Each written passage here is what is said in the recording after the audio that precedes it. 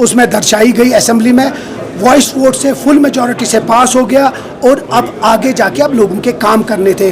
L G کا vote of thanks تھا جس میں لوگوں کے کام تھے, ان کے 200 یونٹ کی بات ہوتی, یہاں کے بے روزگاری کی بات ہوتی, یہاں کے ہر ایک چیز پہ بات ہوتی. لیکن بی جے پی والے جیسے آپ کو پتہ ہے کنفیوز ہیں, دلی والی ایک چیز بولتے ہیں, جموں کشمیر کے کچھ اور بولتے ہیں. اب لوگوں کا کام کرنے کا وقت تھا, لیکن بی جے پی لوگ جان بوجھ کے ڈسرپٹ کر رہے ہیں ہاؤس کو, اور لوگوں کے کام کرنا نہیں دینا چاہتے. کیا آپ کو لگتا ہے پیپلز کانفرنس پی ڈی پی بھی آج کنفیوز ہے؟ وہ بھی کنفیوزڈ ہے, ان کو پہلے سمجھائیے. سچ میں آپ کی وسادت سے ان کو اسپیشل سٹیٹس کا مطلب سمجھاؤں.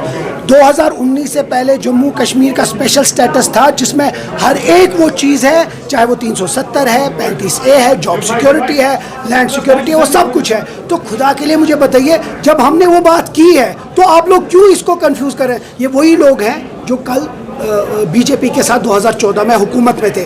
سجاد لون صاحب, وحید پرا صاحب, محبوبہ مفتی, یہ سب لوگ ان کے ساتھ جڑے ہیں. اب ان کو کچھ تو کریٹ کرنا تھا, کیونکہ یہ بی جے پی کو مدد کرنا چاہتے ہیں جان بوجھ کے, یا آج یہ وہ ویسا کچھ کرے. یہ ایک فکسڈ میچ ہے.